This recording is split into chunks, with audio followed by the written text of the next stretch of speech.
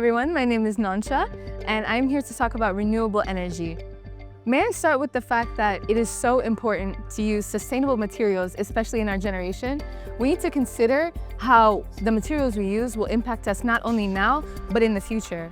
We have to consider how much fossil fuels do we really have? Is it really sustainable for the future?